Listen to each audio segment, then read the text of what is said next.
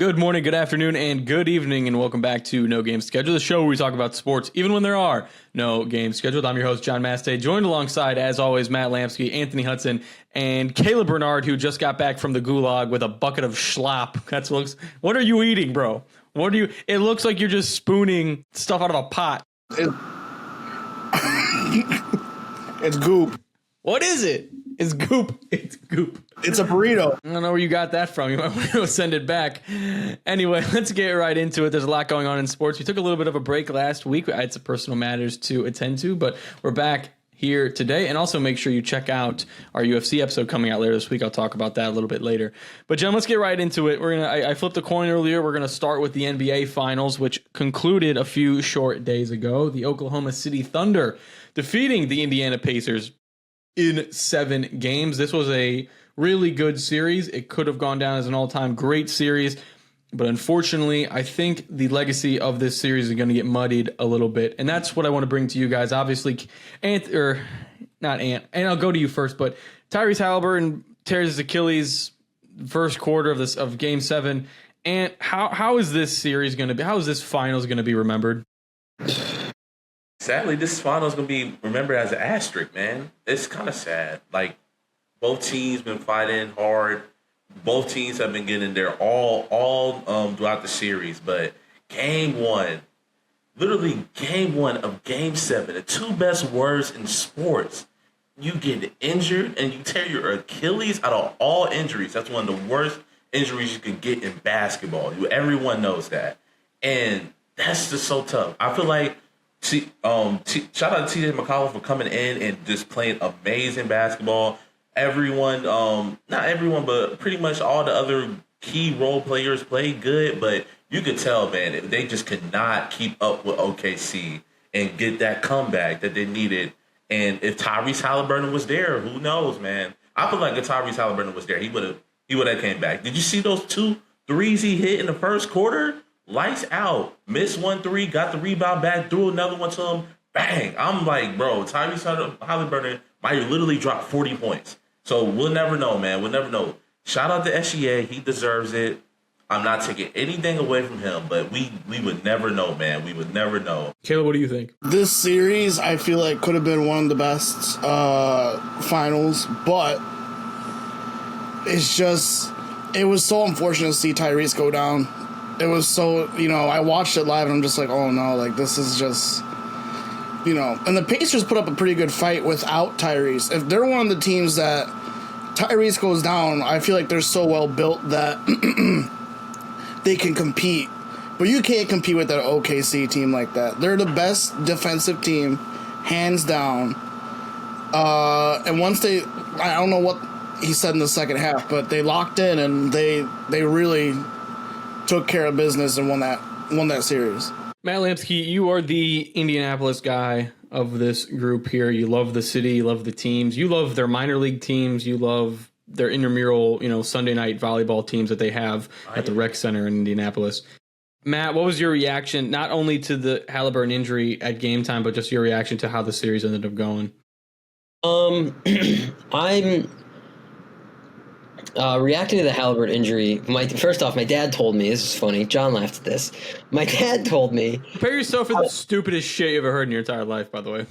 Huh? I'm talking to Ann and Caleb. This is the stupidest shit you've ever heard in your entire life. So my dad's talking to me, and he's like, did you see I just dropped him off his house. Did you see Halliburton? I said, no, what happened? He's got hurt. He's out. I was like, for the game? He's like, yeah, it's a calf injury. So I'm like, oh, that's weird. Like, I knew he had a calf strain, whatever.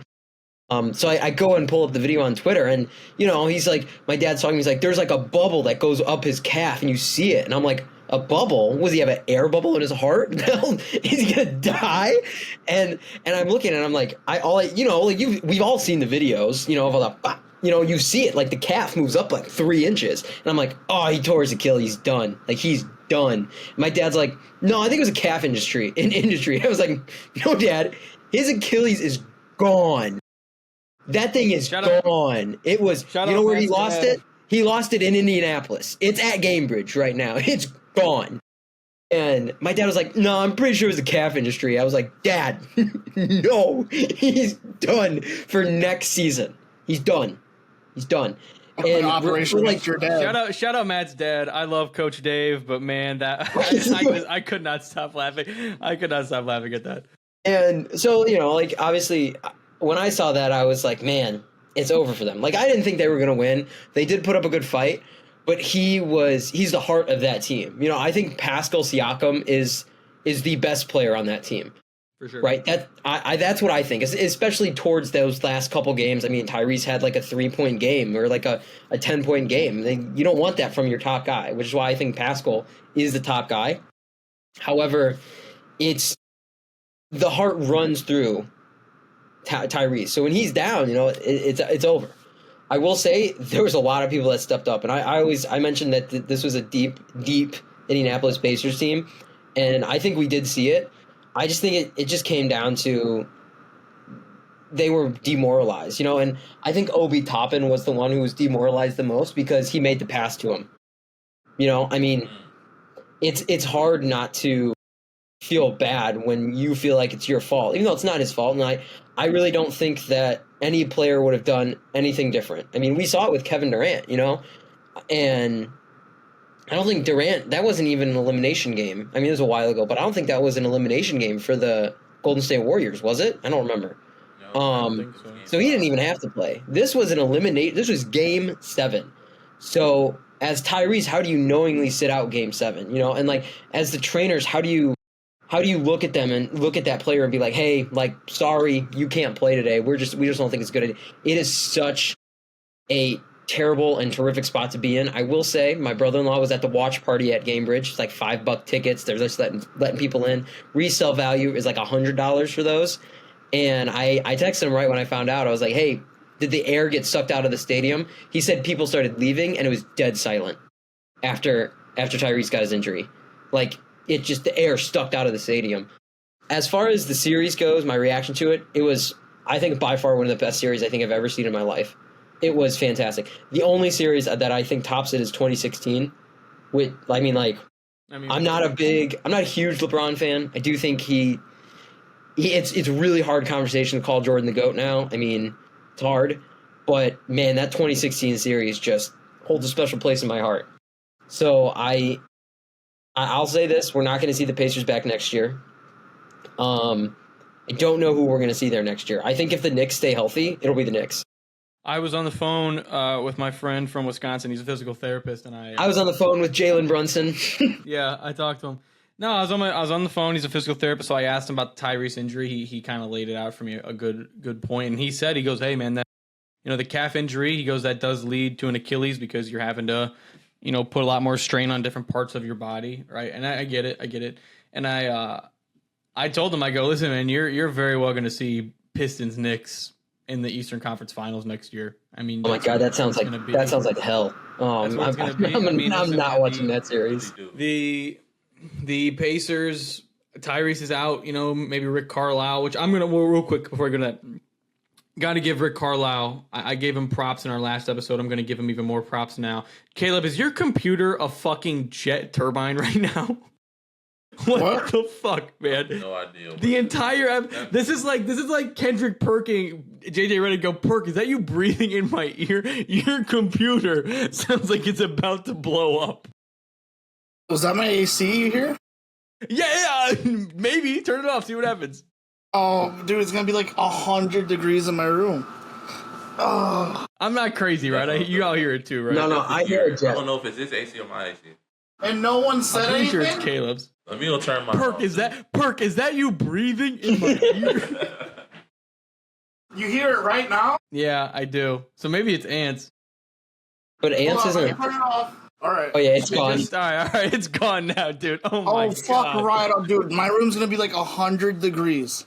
You have to lock in for 50 minutes. Oh my. Ants gone. You're good. Ants back. All right, let's return to this. I'm clipping that one. You got to give listen. Huge shout out to Rick Carlisle. He coached one heck of a series, and Rick, Dagnall as well. I think it was an incredibly great coach series. Both teams, listen, goes down to 7 games. It's a lot of back and forth. You have to create a new game plan for each game. I think there's a world that if, let's say Tyrese gets injured at the end of game 6, Okay, and Rick Carlisle has a few days to plan for Game 7 without Tyrese Halliburton. I think it's a much closer game, and I think people can mentally get behind the fact that Tyrese isn't here. Someone else is going to have to step up. But I think it just happening in the first quarter of a game just blows a team into kingdom come in terms of what they can do for the rest of the game. Yeah, but I like I said, I think it's going to be Pistons and Knicks next year. The Celtics, we're going to talk about them in a little bit. They get rid of two key pieces from their championship run. Tatum's out. We have no idea what's going on in Milwaukee. At this point, Giannis might as well stay because he's gonna be able to. I got something to talk about with that, but finish. He might as well finish top 3. And I mean, listen, man. You know what I think? Chicago Bulls, this is your time. This is your time, baby. Let's do it. Let's get the Bulls out there.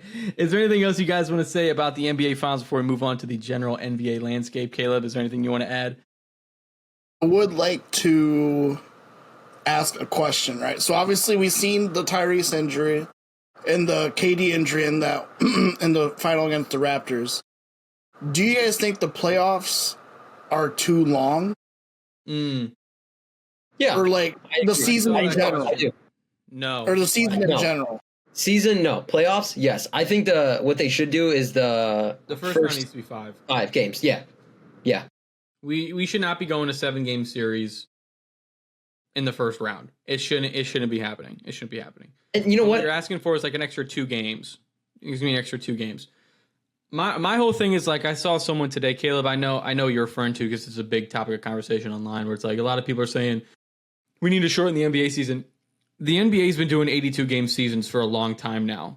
All right, it's only become a problem in relatively recent times. So it's one of two things. Number one, guys just are not conditioned well enough. They're not trained well enough, which is something that I think happens. I don't think guys are training properly. Or I'm not going to say names because I can't have anything confirmed about this. I think guys are doing steroids now, and I think steroids have become so undetectable. Bear with me. I think steroids have become so undetectable. That's number one. And number two, I think guys are just pushing their bodies beyond what they are absolutely capable of. And I think that's what's causing them to be injured. But I don't think the length of an NBA season, including the playoffs, is the problem. I mean, like, I guess I understand that. I think the one thing for me that's, man, some of these guys, like LeBron, like, I don't think he's, like, said that this number isn't accurate, but, like, he, puts $1 million into his body every year or something like that. Like, absurd number. And that's, I mean, he's been to the finals 8 times. He's probably one of the most gifted athletes we've ever seen. It makes sense. 10. He's been in the finals 10 times. 8 years in a row. Fair enough. But what doesn't make sense to me is these guys are not wearing high tops. I don't care how ugly they are. Put the damn high tops on. Like, there's a reason why I used to have ankle protection on my soccer cleats, and Lord knows I have terrible ankles. Like, no, dude, it's no joke. You need that extra support. You do. And I think that's something that they need to look at. I also think, John, to bounce off your conditioning thing, I think they make too much money. And, like, this is a whole separate issue. I think they make too much money that they're like, I don't have to put that much – I don't need to condition myself that much because I make so much money. I can retire right now. That's a whole separate issue. That's getting off topic. But I do think that's something, I mean, that maybe matters a little bit. I think that the contracts in sports need to be a little more incentive based. I think in the NBA, it needs to be about games played. It needs to be, because there's no reason why Kyrie is taking he's 12 games into the season. He's like, I'm on load management. What do you mean you're 12 games in the season? What are you load managing? The only person who's load management is Anthony Edwards. I'm glad that you brought up load management. What a line. What a line. That's a bar. Oh! Clip that and ship it. Clip that and ship it. Anthony, go ahead. I'm glad that you brought up load management because I feel like that's the reason why the NBA Finals and the playoffs should be exactly the way they are with 7 games, round 1 to the NBA Finals. There's literally players taking off 2 to 3 weeks, even a month beforehand, the actual playoffs to take load management. So it's just like, why do you not have enough energy to go into the playoffs? Injuries, I mean, I know those are just a part of the game. I mean, I really can't say nothing about that. High tops makes sense. Other things is a y'all real said, thing. it makes I do sense. It believe goes into it. It makes sense. It really does. But injuries are a part of the game, y'all. It's going to happen no matter what. It can happen to your star player. It can happen to your role player, your bench player. It does not matter. Things to prevent it, conditioning, that 100% could be into it. I feel like that was the biggest thing that was said, John. That was 100% going to it. But load management, there are players literally taking off beforehand, trying to rest before the playoffs. And you should have all the energy in the world to go into the playoff series if you're taking a load management. That's all I gotta say. If you're taking a load management and taking rest before you go in the playoffs, there's no excuses for when to not have enough energy to go into the playoffs, go into the finals. There's no excuses for And that. I think the four of us are in a really unique position because basketball is not the main sport for any of us. And you're a football guy, we're soccer guys, baseball guys, hockey guys. Every single one of those sports, you have to play injured. Like you have to play in a football season. What it's 18 games now, 17 games now. You have to play injured, or else you're putting your team at jeopardy. Hockey, that's just part of the mentality, man. Now break your femur and you're coming back that same year. Basketball is just like the only sport where it's just like that just doesn't exist. Where it's like playing through injury. And listen, again, I'm going to make the disclaimer for all of us. There is an absolute line. There is absolutely a line where you should not be playing if you are injured. And I don't want to use Tyrese Halliburton as like a punching bag in this, right? I am a Tyrese Halliburton fan after this. He said, "Hey, I'm injured. The doctor said I shouldn't play. I'm going to play. It's game 7. What am I supposed to do?" I get that completely. 2 things. Number 1, you got to remember Tyrese got surgery in this past offseason, right? I don't think he started right away. And He did not.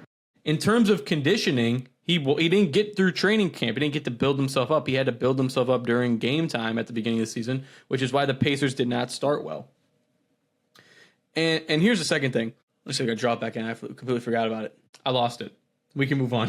No. I'm kind of glad that you said that because basketball is a completely different sport as far as athletics and as far as keeping in shape. Because yeah, I just pump fake my thought. In football, you have 3 to 5 seconds. You're on the field. You can at least get a 35-second rest. I got it back. I'm taking it down. It's totally different, man. I got it. So here's my point. Here's my second point. Had to get the rebound. I think Caleb did. Yeah, I did. It was I had picked up my dribble, passed it off to Ant, got the dribble back. We're shooting now. Caleb, the whole point it's not the argument you're making. You're just asking the question. I know a lot of people have said online is the NBA season too long because of injuries. That would be a good point if more people were getting injured, right? It just so happens that Tyrese Halliburton, Damian Lillard, and Jason Tatum all had Achilles injuries in this specific postseason. If TJ McConnell got injured, no one would give a shit. If Alex Caruso got injured, I would care, but no one would give a shit. Like, you know what I mean? Like, the only reason people are bringing this up is because the star players are getting injured. If again, you ever notice that the load management and we need to play less games, we need to take more time, only comes up with star players? There's 20 guys in the league in the NBA who he needs rest days, he needs to take time off. If you're making under $10 million, you're you get beat like a rented mule. You are out there every single night killing yourself for the game. So I don't like the argument of there's too many games in the postseason because they're only applying it to 20 guys in the league. And those are the 20 guys who should be playing. Those 20 guys, we can make the list right now. Those 20 guys should be playing in every single game. The list is already made. They are bringing in the money. The list is already made. It's the U.S. team roster. That's the list. Don't take load management. And you know what the problem is? I think that I don't think the regular season is too long. I think the playoffs are a little too long. I don't like the idea, especially, I'll go back to this point that I'm making in a minute. Why are we getting 2 days in between games when this is the shortest that two teams have been from each other? This is the shortest distance in the history of the NBA. Was it really? Yes. They were 400 miles or something from each other. And they're getting 2 days rest in between. I don't care. The only, like the NHL, Florida going to Edmonton, yeah, okay. You want to give them an extra rest day, that's okay. That's a long flight. That's a long flight. But why is OKC getting an extra rest day to go to Indianapolis? It made no sense to me. going back to the load management thing, taking these load management days and then going into the playoffs like I'm well rested. No, you're unconditioned. You know what takes 2 days? 2 days to lose your conditioning. 2 days. And then you're back to basically zero. Doesn't matter who it is. If Lionel Messi goes out there and doesn't do shit for 2 days, he lost his conditioning. He's set back. That's the issue. These guys are taking load management days because I'm going to rest before the playoffs. No, that's how you get injured. That's how that happens.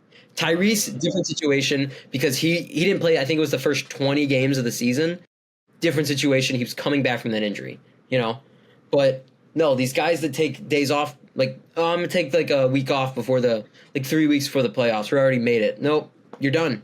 You set yourself back now, Go ahead, Ant. I mean, no, I agree with you, Matt. I really do agree with you, honestly. I really do feel like, as far as load management, it's not killing the game. I definitely understand it in some points, but it's just like, if you have enough rest, you got it enough. And it's not like they're doing nothing, too. Like, they're still, like, doing training, still doing, like, rehabilitation things and stuff like that. But it's just like, these are days to where you can be playing an NBA game that you're going to pay for in your contract to do, but you're taking it off. And load management it's always just been a hard point for me because it don't make no sense, honestly. It makes some sense for some players if they are actually injured, but load no. That's not load management though. That's called going on the IL. Yeah, that's true. Yeah, that's true. That's going on IR. That's not load management. That's you going on the injured list. Right. I'm trying to make it make sense, but it's not. That's what I'm trying to do. I blame the Clippers. I blame the Clippers. They started it. Why? Caleb, that's a great. Caleb, that is a.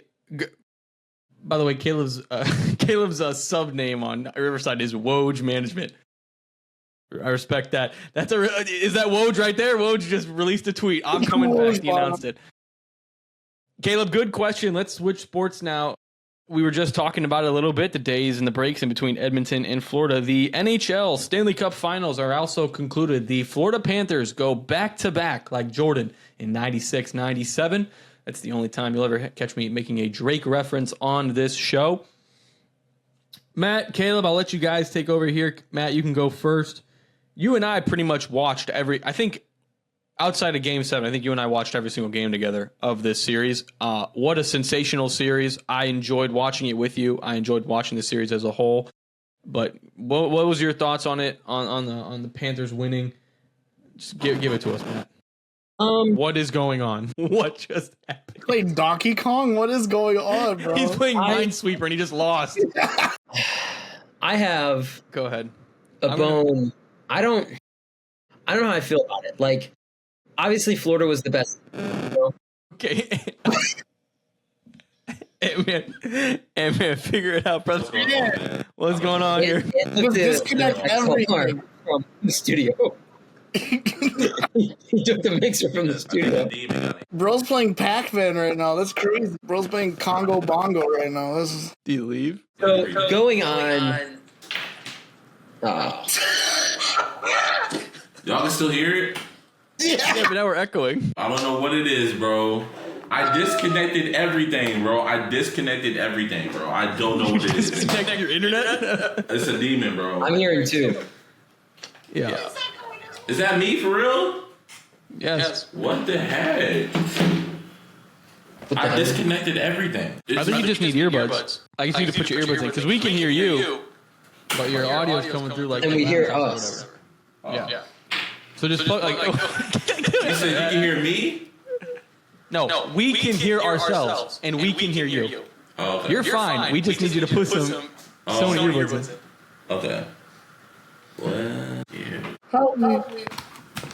Okay. I'll be signing now. How's that? There we go. Much better. Wow. We're back. Goodness. We are back. So, John. We're gonna have a whole fucking blooper reel for this episode. Go ahead. How I felt. I'm not surprised the Panthers won. Obviously, I think that they were the better team. On paper, they just wanted it more. I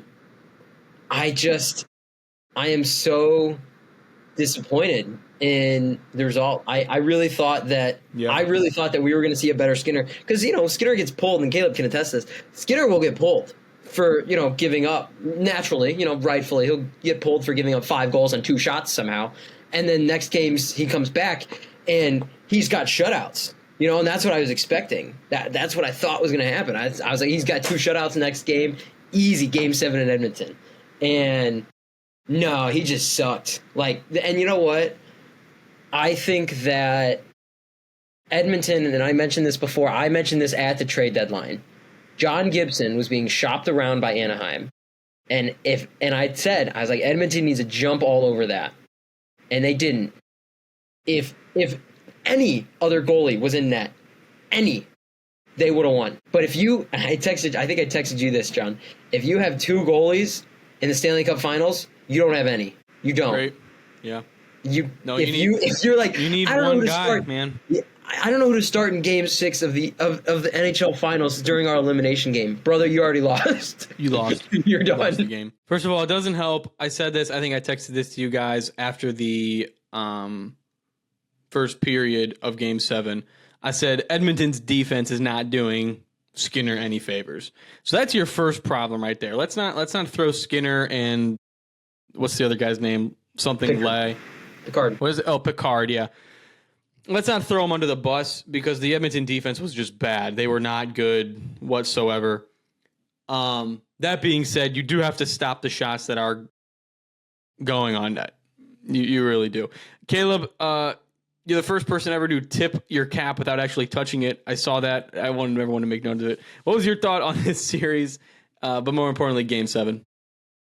Game 7? That didn't exist. Didn't exist? What do you mean? Yeah, we're good. Go. We're good. We don't exist. We're listening to you, man. Imagination.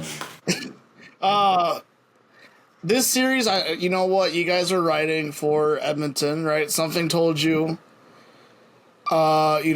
Skinner would be improved. He's bad, but he'll fix up. Connor McDavid, you said something about history, about when something happens, Edmonton wins, and blah, blah, blah. Forget all that.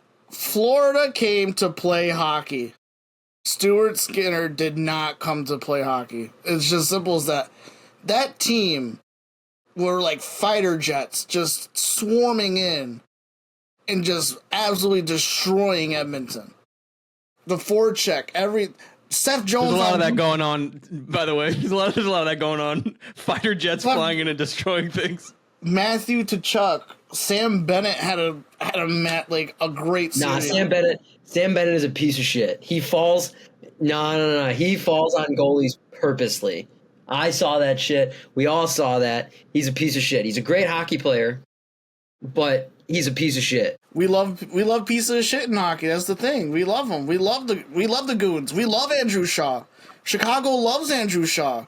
We love the goons. Shaw wasn't a piece of shit, though. Chicago loves Andrew Shaw. That's what I said.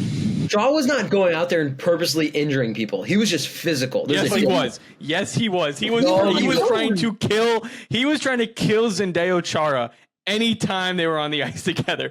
Andrew Shaw would take his stick and try to break it across Chara's ribcage. I don't want to hear that. That's playoff hockey, baby. That's playoff hockey. He said that's playoff hockey. Sam Bennett, no. Sam Bennett would get pushed in. Matt goes, and?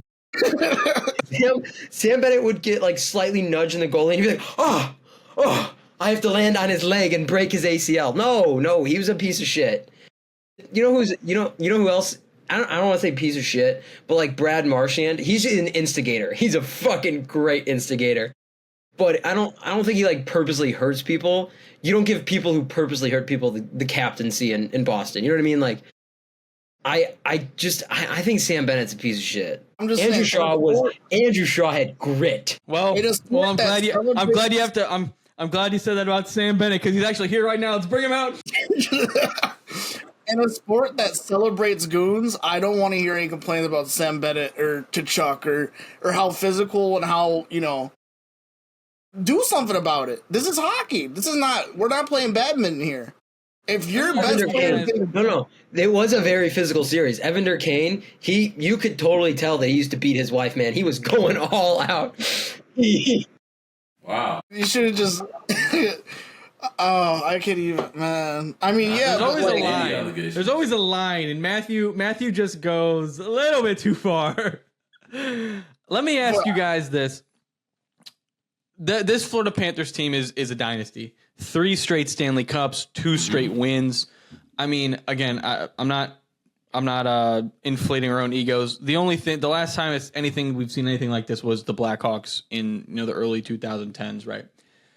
What's next? What's next for this Florida Panthers team? How long do they sustain this level of success? And what happens to some of their key players? Who's getting moved and what's going on? 6 more titles. No, they don't. Says the guy who watches the least amount of hockey. They don't win next year. we do it 8 times. We do it 8 times. I don't think they'll win next year. Not 3, not 4, not 5, not 6. They won 2, by the way. They won 2 championships. I'll be honest. I don't really have a solid prediction for next year, just because hockey's pretty open. But I don't think Florida wins.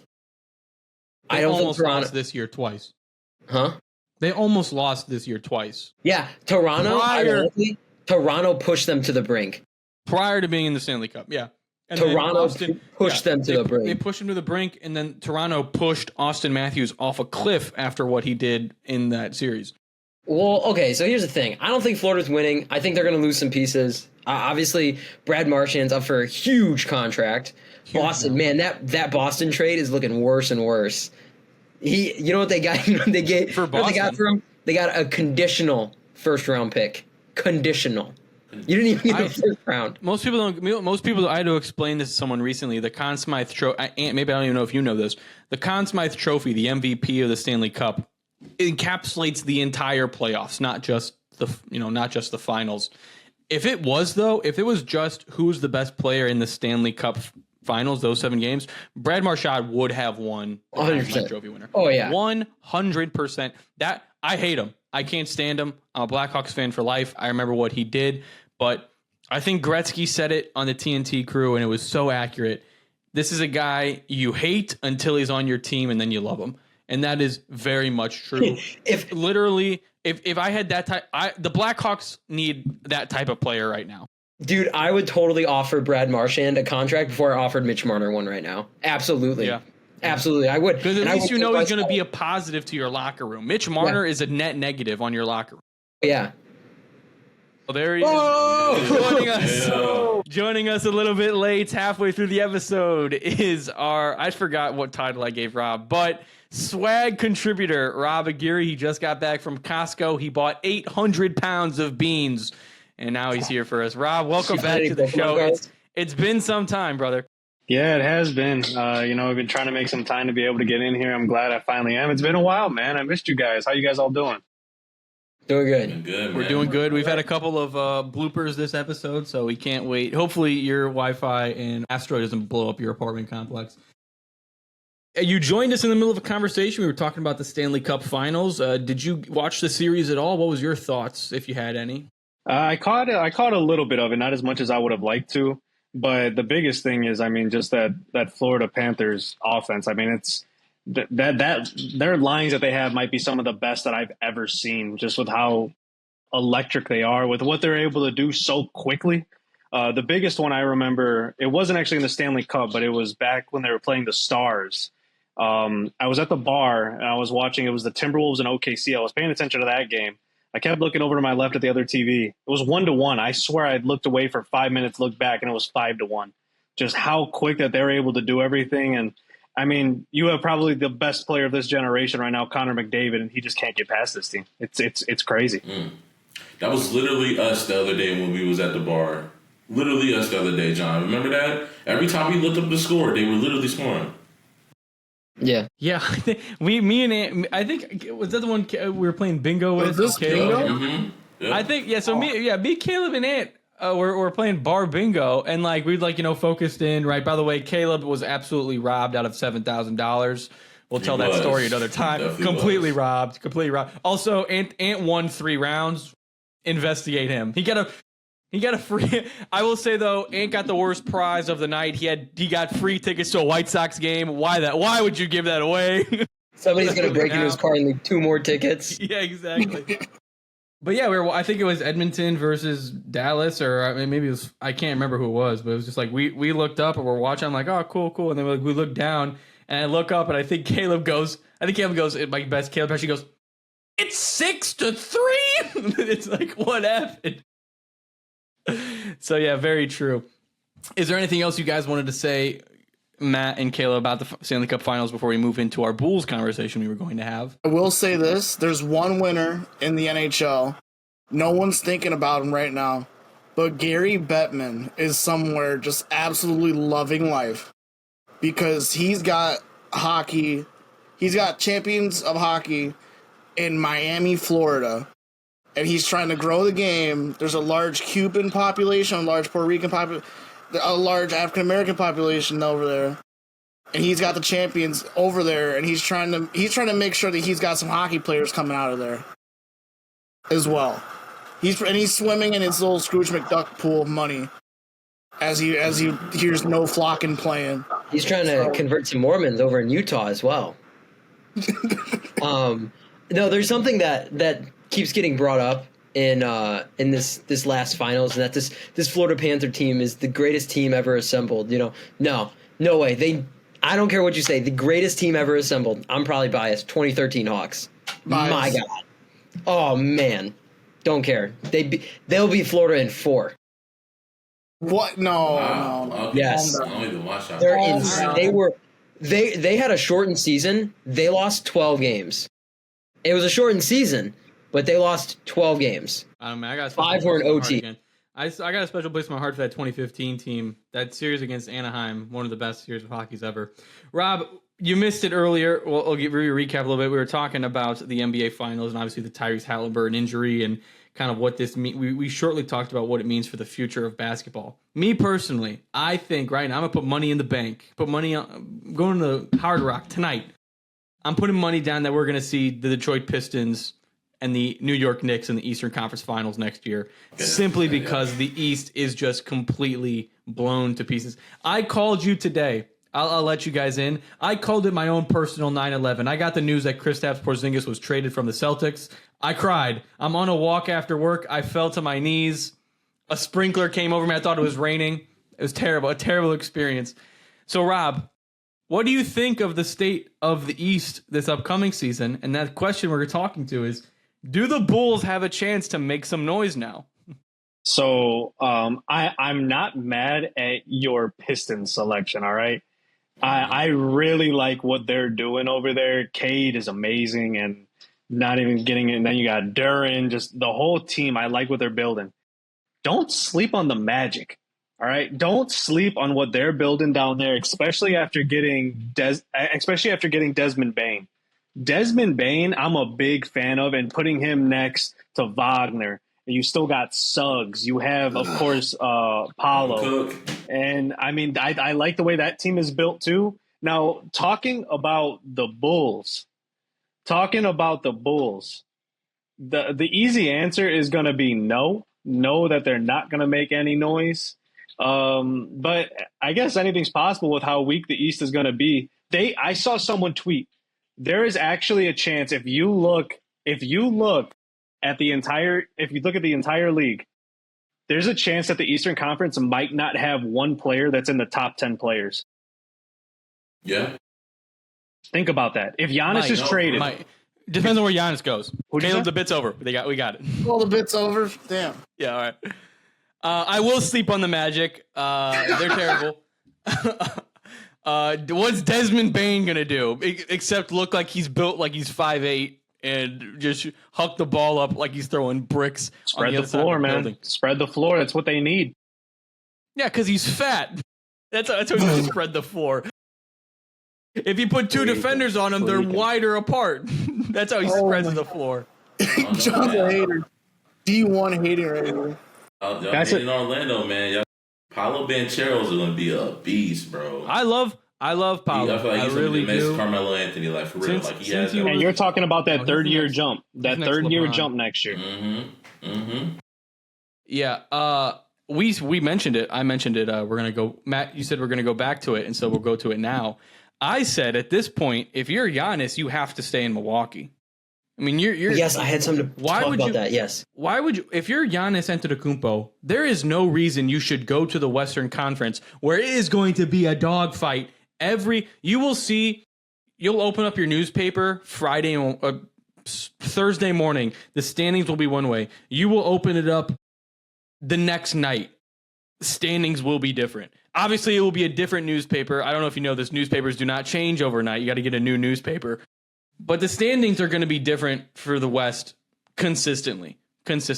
I don't think, depending on what this OKC team does in the offseason, depending on what everyone else does, but you're going to see, in my prediction, you're going to see like 6 teams have the number 2 spot by the end of the season. That's in the Western Conference. In the East, though, there's going to be 3 good teams and everyone else. Well, because So, I mean, you actually could go ahead. Go ahead, man. Okay, so I have this thing, and I totally forgot about it. You know, OKC, I'm sure we've all seen the reports that they want to trade some of their picks to move up in the top 10 this draft, right? Dude, crazy. It's not going to happen. But the only team that really like needs picks over there, I mean, like the Bulls need picks. Like Milwaukee needs picks. They don't have a first round pick till 2031. I think it's something weird like that. Dude, if I'm OKC, I'm not picking any more players. I'll give you 7 picks. Give me Giannis. That's what I've said. That's what I've said in the past. Yes. If Give you're me I mean, Giannis. they won the championship. So, I mean, I said if they didn't win the championship, you go all in. Things could be a little different Dude, now. go but all in. Just now go you're all going to in. have to start paying guys, too. You got to pay Chet. You're going to have to pay J-Dub. You're going to have to pay all these guys. So who are you going to choose to pay when you could just go get a guy who's already being paid and you know what he's doing? But my thing that you said, make the contract someone else's problem. exactly. But my thing that I want to Write say it after off. what you said, John, if you're Giannis though, you say the East is weak. Who the hell is on your team, right? Who is on that team? Dame's done for the year. Who? Brook Lopez? I mean, Brook Lopez, he was good, but come on, you know what I'm saying? Yeah, I do.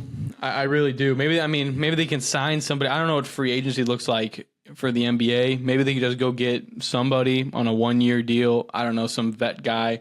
Go get DeMar DeRozan. I mean, honestly, if you have to. Go get Chris Middleton back. I'm sure he would love to return. Right. Them trading But Drew I think- Holiday always confused me. I don't know why they traded Drew Holiday. I knew they were going downhill the moment they traded Drew Here's Holiday. why. Here's why. They were willing. This is what I've gathered from a lot of different sources. The Milwaukee Bucks were willing to sacrifice Drew Holiday's defense for Damian Lillard's offense. Okay, that is a deal straight up that they were willing to make. They said they did the math and they said, listen, the amount of stops that Drew Holiday gets us is less than the amount of points that Damian Lillard can get us.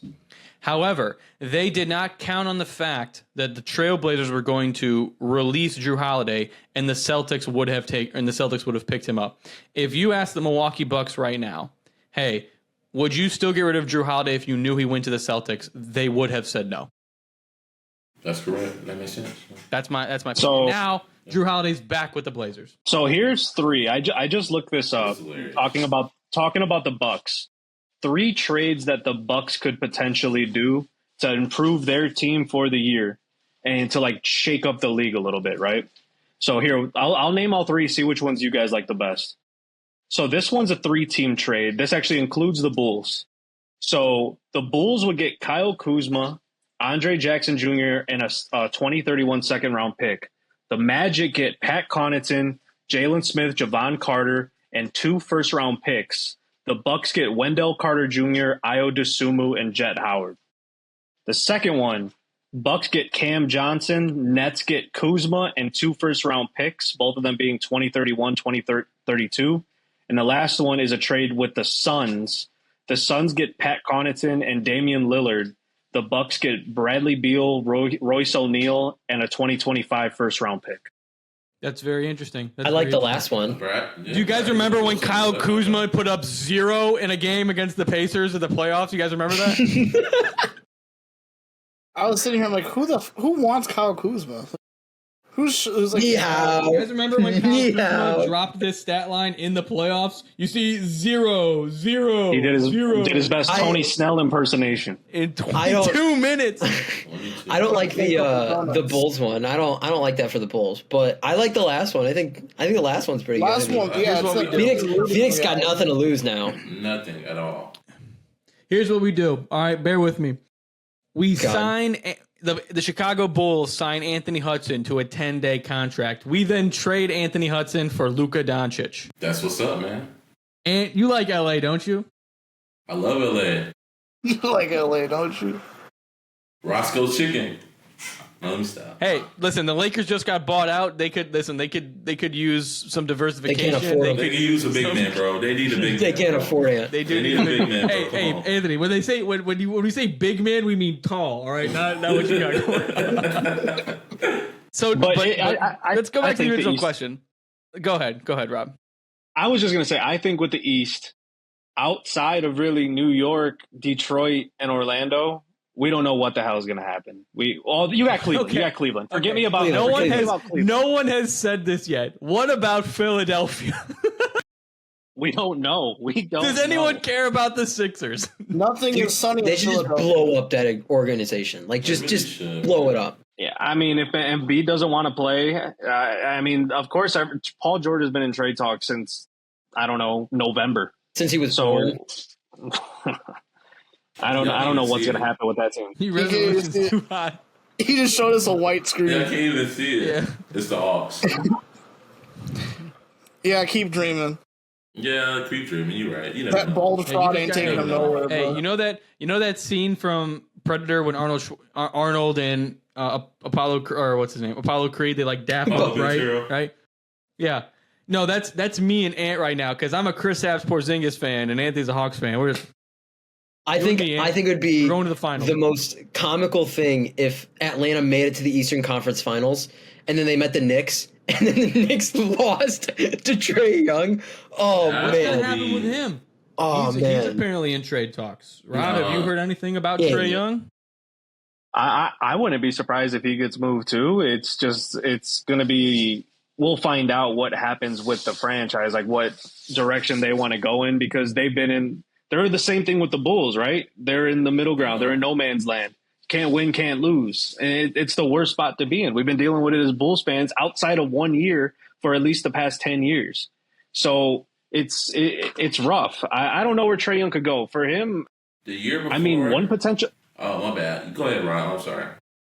I was going to say one spot I think it could go because I just saw here that Kyrie declined his option is Dallas. If Dallas still has that mentality of, hey, we could win now, you can go ahead and go get him. A lot of stuff freed up. I wouldn't mind seeing Trae Young with Cooper Flagg and Anthony Davis. This I is where think Trae Nico- Young goes, in my personal opinion, right here. I think Nico Harrison would be strung up above the stadium if he traded for Trae Young after they traded Trae Young for Luka Doncic. I genuinely I don't think it's a Bring him bad home. trade, but Hey, the man. Mavericks actually drafted Trae Young. I know that's why I Wonderful think it'd be, and then they immediately did a trade and my swap. goodness. Oh man, I don't know. I don't know how the react. You know what? I want that trade to happen just so I can see the reaction. Right. I just want to see what Mavs fans would say. Here's my Because like, how can you be upset that? How can you be upset at them right now because they're getting Cooper Flagg? So like, I mean, you can't be mad, but also, I just don't know. Oh Here's man, my idea. Here's That was my your idea. plan Bear with all me on this along. one. Caleb, write this down. Caleb, I need you to notarize this for future reference, right? I'm gonna go on Shark Tank next week. I'm gonna pitch this idea. Thank you, gentlemen. Thank you, Sharks. Pitching my idea. So we've all seen the Real House. All right, Caleb, you know. All right, here we go. You've all seen the Real Housewives of Mormon, or Mormon Wives. All these reality TV shows. I say we have a reality TV show just called The Dallas Mavericks, and we have a camera crew follow around the Dallas Mavericks on a day-to-day basis. What is neat? Let's get inside the head of Nico Harrison, and then we do like a Family Guy cutaway to Nico Harrison looking at himself in the mirror, going, "I'm going to give Anthony Davis $100 billion." solve our no championship problem. I am seeking $50 million for 0% in my company. Guys, I got a great trade. I think Dallas Mavericks should should trade Anthony Davis and a couple picks and a player for Luka Doncic. I think he fits really well into the organization. I think the fans would love him. I don't know. It's tough. I'm excited to see what's going to happen this year. Like at least, this offseason, excuse me, because we've already gotten trades like early, right? We're getting trades today on Game 7, right? We're getting KD traded to Houston, and now we get the one today of one of the worst trades I've. I mean, it was like a nobody cares trade between the Pelicans and the Wizards. It was just like, hey, you take this guy we don't want. You take this guy we don't want. It's a weird. The Wizards take Zion Williamson's reputation and $50 million. Dude, the Wizards cannot handle just the reputation of Zion Williamson. They can't. Yeah, that's Can they cook in Virginia? I think so. You know what? Zion Williamson would find a way to get the presidential private chef to cook for him. He's not lying. I'm confident that he would find a way to get the White House chef to cook for him. I guess the question is, can they put their foot in the food in Virginia? Like, I've never heard anyone say, that Virginia cooking. I've never heard that, so I don't know. It's the DMV. It's like crab. Oh, Baltimore. Yeah, shrimp. Yep, you're right. Zion got some food there. Yep. Delaware, Maryland, Virginia. Joe's Crab Shack land. The worst place to send Zion would probably be Utah. Right. There's other reasons too. There's other reason I won't say on here. I can say after the exposure. Dude, Zion Williamson on an episode of The Real Lives of Mormon Wives, that would do numbers on Hulu. I'm telling you right now, that would do numbers. As long as you don't take him to Dallas. As long as you don't take him to Dallas, bro. Oh, my goodness. Yeah, there'd be a lot of soaking going on there. Let's move on. Rob, you just said it. I want to go back to it. Kevin Durant got traded to the Rockets the day of Game 7. I want to go around the horn here. Rob, we'll start with you because you brought it up. Do you like the trade? What's your thoughts on it? Or are you one of those people who you're a Kevin Durant hater, aren't you? I'm not the biggest fan of him, but I love the fit. I love the fit. What did they didn't give up anything. You know what I'm saying? Like, you gave up Jalen Green, who's not going to he's going to be a second, third option. Dylan Brooks, a good defender, and the 10th pick. You didn't give up anything, and you get Kevin Durant to a team, so you still keep Amen Thompson and Sengun. That's the two biggest things. You kept those two, and you get 26, 6, and 5, a walking bucket. Yeah, he's 37. Maybe he doesn't average 25. All right, let's say he averages 20, 23 and a half this year. Caleb, why are you still get a guy notes? That you can give the ball to at any moment. So I love it. Yeah. And we've seen it before. Because KD, I mean, he's literally going to a team to where, of course, he's not the number one option, but he's still the number one option. KD can literally drop 30 to 40 points at any given point. Any given point, it does not matter. I'm just talking about franchise-wise. Just franchise-wise. I'm just talking about as far as that. But KD is going to be great. I mean, I really do feel like that could be a boost to their team. They already was the second seed last year, right? And that could get them to the number one seed, and possibly that veteran key ship can get them at least to the Western Conference Finals. That's what we're looking at right now for the Rockets. So I felt that. I definitely do.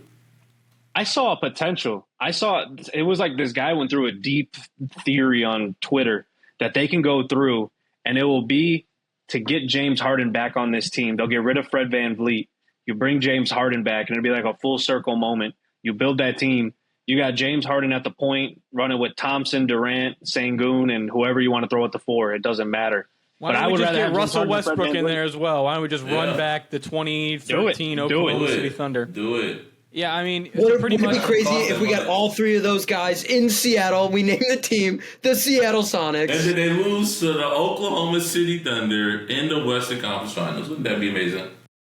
I mean, listen, replacing Fred VanVleet with James Harden, pretty much what you're asking is, okay, you're replacing a guy who can't hit a 3 in the playoffs with a guy who can't hit a 3 in the playoffs. I mean, that's pretty much what you're asking for.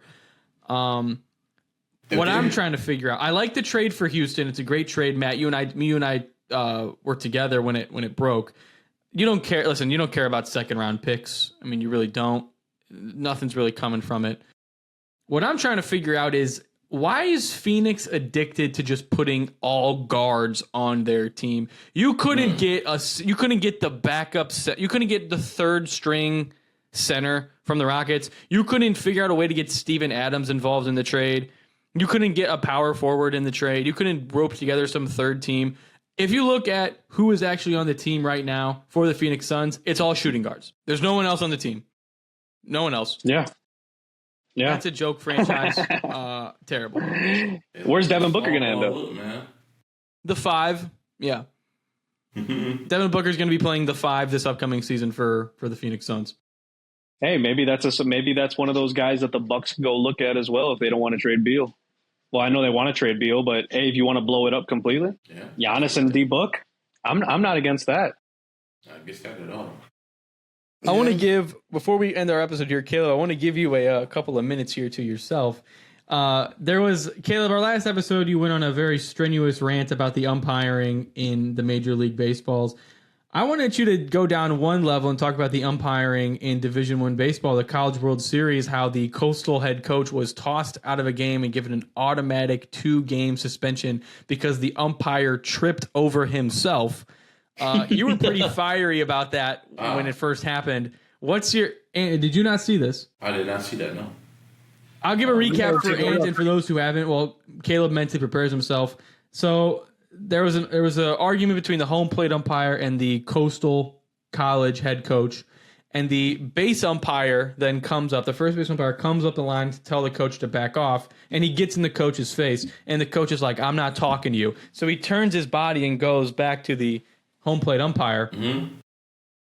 The base umpire steps to the side and backwards at the same time and trips over himself. He gets up and then tosses the coach. Wow. So Caleb, what was your opinion on that? And what's your opinion on umpires in the College World Series? It's over with now. LSU won, right? Well, Yes. It was Coastal versus what? Texas? LSU. No, LSU. And I was rooting for Coastal because I just used them in the NCAA, right? So I was rooting for Coastal. But however, this is just more evidence that human umps, they are just too unreliable now. They ruined this game. They constantly, right? I think humans are tired of error. The human error. That's what I used to say. Oh, you know what? Baseball's built on human error. Calling the strike if it's a ball, if calling a ball is a strike, whatever. Right? And that's the game. That's what Babe Ruth used. That's what all the greats used. But now, games are being ruined at the expense of the great game of baseball. To the point where we need to wheel out Karen, Plankton's wife, get her behind the plate, and have her call all the games the way God intended. Because the Karen will not trip over her legs and mess up an entire series in a World Series champion or whatever, So the coach got this exactly right, because the post game scrum, he goes, this unathletic ump tripped over his own 2 feet, messed up my game, messed up my team. These kids worked their butts off to get here. Coastal to get all the way to the final, and then it's all screwed up because this absolute dunce can't walk straight.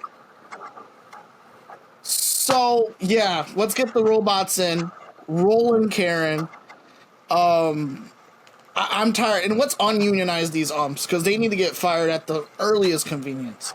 I do agree with that. The umpires union needs to fall. I mean, honestly, Caleb, I can't, after a night at Chili's, I can't walk straight either. So I'm not really gonna, bash the guy down for that. But I do agree with you. I think the umpires, first of all, the umpire union, they kept Angel Hernandez in the MLB for 15 years longer than he deserved to be. But again, we talked about this last time. The problem is, and Rob, you and I can attest this, we saw a ton of games this year at the high school level. It's the parents. It's the parents of young kids who just go after and they attack umpires. And then it gets to a point where they the young guys don't want to grow up anymore or grow into it or improve. Because it's like, if you're a 20-something-year-old guy, you don't want to waste your Thursday night umpiring a high school baseball game, 2 high school baseball games, and get absolutely screamed at by some guy who would play JV in high school back in 1983 when he was a senior. You don't want that. I mean, Rob, you can attest to it all the time, the umpires. Yeah, sometimes you see some really, it's hard to you understand where they're coming from because it's human error, right? Humans are going to make mistakes from time to time. As a pitcher, right? I used to pitch back in the day. If I had an umpire who was giving me like say like an inch off the plate, right, an inch off the black, I'm feeding that all day. I'm hitting that spot all day. But if they're going to get upset, like parents are going to get upset about it for the batters, you have to adjust. You have to learn your umpire zone, right? Be able to read exactly what they're giving you because not every zone is going to be the exact same. But then say we come to it now, every zone's going to be the same. Now everyone's going to be like, why aren't these pitchers dominating, right? They're not. You're not getting these calls as a pitcher that you're used to if you go to the robot stuff. So you're not going to be able to ever please everybody. But I mean, if there's stuff that's egregious that umpires are doing, then it's pretty dumb, right? Like, come on, you can't throw a guy out for something like that. That's just bad. That's really, really bad. If someone crosses the line, gets in your face, and just pretty much is just MFing you in your face, then yeah, get rid of them. But something like that, no, you don't do that. That's just bad. That's bad for the game. Caleb brought this up last week, and it was last week or the week before. It was about the Cubs batter being thrown out. He looked at he looked at the ump, and I think this is a justified throw out. Tell me if I'm wrong. He looked at the ump and said, "Man, you're having a really bad game." Like after he called him out. Like I don't think you should say that. Do I think it was like he immediately ejected him? Do I think it should have been an immediate ejection? No, but also you probably shouldn't look at the ump after he just called a strike on you and say, "Man, you're having a really bad game." Nah, I get it. Tell me if I'm wrong. Like, Rob, what do you think about that? That one, because I know exactly what you're talking about. It was Nico Horner. So Nico Horner turned back. He goes, "You're having a bad game," and he throws him out. He's like, "All I said was you're having a bad game." Like, there's been stuff where guys have said much worse and don't get thrown out of the game. So I don't know if the umpire, something was up his ass, right? That forced him to just do it in that moment, or something was egging it on all game. We don't know. But I don't think that one warranted him getting thrown out just because it was something so quick. I see your point, though, but it's the same where people have to understand, like, it's humans. We're humans, right? That's like when in the NBA where so many fans are going at players. The NBA is the only sport where you're that close as a fan to the entire game. Everything else, there's a fence between you or something that's keeping you away from everybody. That one was crazy. Like, like I said, if a guy gets in your face as MFing you and someone's like, cool down, and they don't throw him out, but then you're having a bad game, get the hell off my field. I thought it was so funny. There has to be like a line, right, that every umpire follows. I am in the mindset that a player should never have to get to a point where they say something to the umpire because it's the coach's job. As a coach, it's your job. You have to, number one, keep the lid on the pot, right? You have to keep the tempers cool. The players need to be in the game in order to win the game. So as a coach should be thrown out before any player should, because a coach should be the one who should be up an umpire's ass and down, inside his shirt, yelling at him if need be. And so I'm always of the mindset where, like, even as someone who umpired, but even also as a player, where it's like, don't say anything, let your coach handle it. But and then if it gets to a point where, my favorite one is, you guys probably know the clip where Kyle Schwarber gets struck out, throws his bat and his helmet down. You've been terrible the whole night, both sides. And then it shows the Brewers on the other side. The coach is like, "Yep, agree with it." I think that's different. But like you said, like Nico Horner in that situation, hey, turn around, you're having a bad game. I don't think you should be doing that at all. I'll put it this way: if you're gonna get thrown out, get your money's worth. All right, make it worth. Like threaten to kill his wife or something. Like, go crazy. What? Like, This is that's what I mean. You gotta go crazy. This is the one thing in sports I will die on. I will die on this hill. The moment all our refereeing, we almost got umpiring canceled. issues. No. All our refereeing and umpire issues will be fixed the moment one player beats the living shit out of the ump. He just takes the bat and he gets so mad, he just beats the shit out of him. Caleb, what do you have to say about this? I got 2 points. Who here has actually like refereed or umpired a game? Like who? Because I've refereed soccer games before. So from what I know, right, You have to be approachable because we are human. We can miss calls, right? I can miss a handball from time to time. I could be too lax on a tackle. I could be too, a yellow card needs to be a red or a foul that needs to be, adjudicated, right? You are the law. However, you must be approachable. Some of these umps aren't even approachable. Because Craig Counsell the next day against the Phillies went to go talk to, was immediately ejected. Well, you're saying, Caleb, I agree with that. I agree with that because you must be seen approachable. So many clips where guys take that first step out of the dugout and they get rung up, right? That I can't stand. I cannot stand that whatsoever. I'm also of the mindset, in my personal opinion, if you shouldn't be able to yell at the umpire from the dugout. If you want to say something to the umpire, you got to walk up and say it to him, right? Because we've all seen the clips where some guy's yelling in the dugout, umpire turns and tosses the wrong guy, right? We've seen that happen way too many times, and that's inexcusable if you're a coach or you're a player. If you want to say something to the umpire, you got to do it to his face. You don't go back to hang out with your 40 buddies, your 45, 50 buddies, how many coaches they have in the league nowadays, and be like, oh, you're terrible. And then just, it was that guy. Yeah, you got to go up and say something, but we got to head out of here. I got to go record our UFC episode for this week for UFC 317. So, Rob, thanks for stopping in, man. We're hoping to get you on the episodes a little bit more this summer. It's going to be the summer of Rob as we're dictating it. So, hopefully we're seeing you a little bit more from John Massey, Rob Aguirre, Caleb Bernard, and Anthony Hudson. And always make sure you go check out all the work Anthony Hudson does. He's doing a great job on his own personal channel and also his professional page as well. He's been writing stories. Go check out the NWI Times. Anthony Hudson's been doing it for you. And, of course, from Matt Lamsky, we thank you oh so very much for watching. Matthew? Podcast out.